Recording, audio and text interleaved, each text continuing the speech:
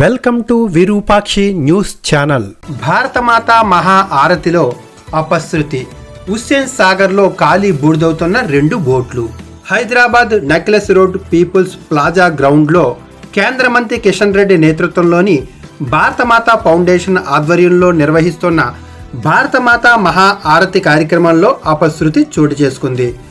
భారతమాత మహా ఆరతి కార్యక్రమంలో భాగంగా ఏర్పాటు చేసిన బాణాసంచా పేలుళ్ల ప్రమాదానికి గురయ్యింది. హుస్సేన్ సాగర్లో 2 బోట్లలో ఏర్పాటు చేసిన బాణాసంచా ప్రమాదవశాత్తు దగ్ధమైంది. ఒక్కసారిగా మంటలు వ్యాపించడంతో హుస్సేన్ సాగర్లో 2 బోట్లు కాలి బూడిదయ్యాయి.